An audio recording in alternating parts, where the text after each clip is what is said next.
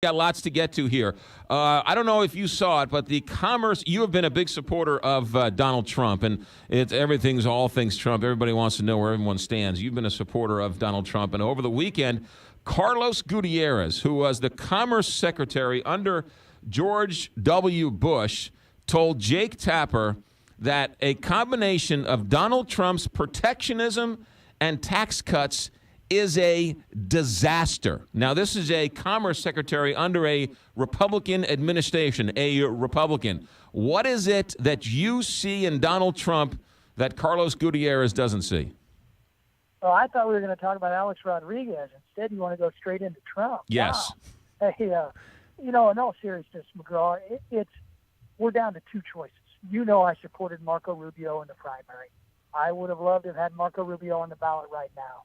But when the choice is between the Trump-Pence ticket and Hillary Clinton and Tim Kaine, I just don't see there's any comparison. A Clinton administration will be another 4 years of some of the policies that I've been fighting against in Washington for the last 3.5 years.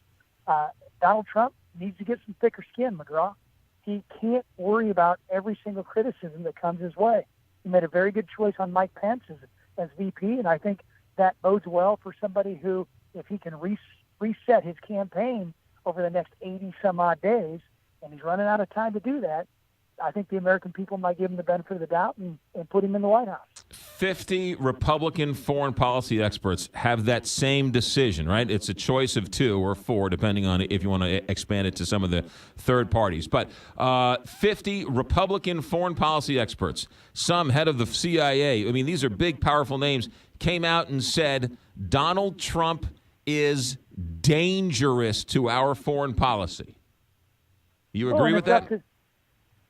No, I don't agree with them. I think a lot of those folks that sign letters that get their name put out in this publicity, they have 2 goals. It's to get a job in the next administration or to be a talking head. And some of these folks that do that and put themselves out in front of the national media to be the face of a Republican revolt against a Republican candidate are looking for those things for themselves.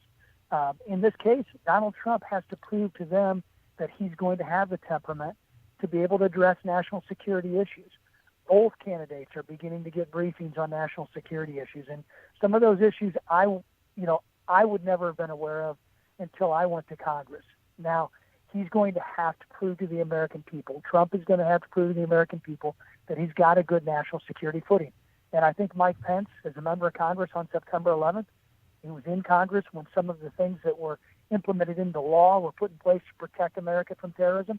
He needs to be able to sit down with Trump and explain to him the national security implications of being president. Mark Sanford, a colleague of yours, congressman from South Carolina, wrote an op-ed piece in the New York Times today saying that he supports Donald Trump wholeheartedly, but he's demanding that Donald Trump release his tax returns. Do you agree? I'll let the tax return thing, I think, gets a little more publicity than what folks want it to. I mean, every single time we have a candidate running for president, you can put your tax returns out like Mitt Romney did, and then they just excoriate him for what's there. If you didn't put them out, then they would have excoriated him for that. So that's Trump's decision. If he doesn't want to release them, he doesn't have to. The guy obviously has money because he put a boatload of it into the primary. And I don't think he runs away from the fact that he's wealthy. But one of the things that I think we as candidates get away from is we continually have folks that will want to write op-eds about this race. Well, you know what? Go out and talk to your constituents, because in my district, Donald Trump and Bernie Sanders were the victors in the primary. And whether or not I agreed with that at the time, the electorate spoke. And we are now down to 2 candidates, and I think we have to choose between them. What would you say, Rodney Davis, you're running for re-election, what would you say are you most aligned with when it comes to Donald Trump? What am I most aligned with? Yeah, I mean, what do you agree with of all of his policies? Where do you line up in lockstep with Donald Trump? He says he's pro-life, and I'm pro-life. Anything else? Well, I'm sure there are other issues that we agree on when it comes to economic policies, and we want to make sure that that economically we grow this country. And I think over the last 8 years, you've seen a recession, but you also saw limited growth coming out of that recession. There's going to be a chance, and that's what we're trying to do in the House, McGraw, is we are trying to actually put out our Better Way agenda, tax reform, to make sure that we actually make the tax code fairer, flatter, and simpler.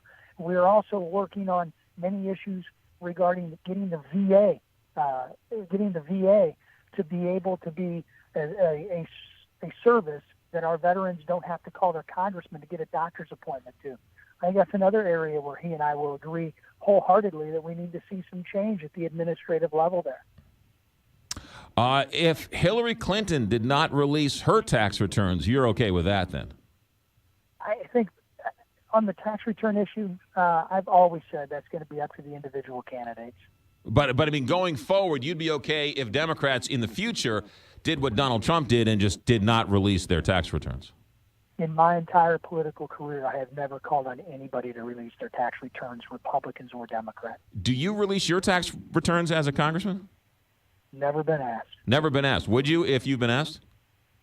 Probably not now, since you asked. All right. Well, all right. I didn't ask. I would ask if you would, if somebody asked you. I'm not officially asking you, so ours is pretty great. Our salary's out there. We have a financial report that we have to disclose, and all of everyone that's in office has to disclose financial reports. So I think these issues on tax returns are going to be up to the individual candidate if they want to do that. And that's a family discussion that people have. That's something I can't promise I'm going to do without talking to my wife.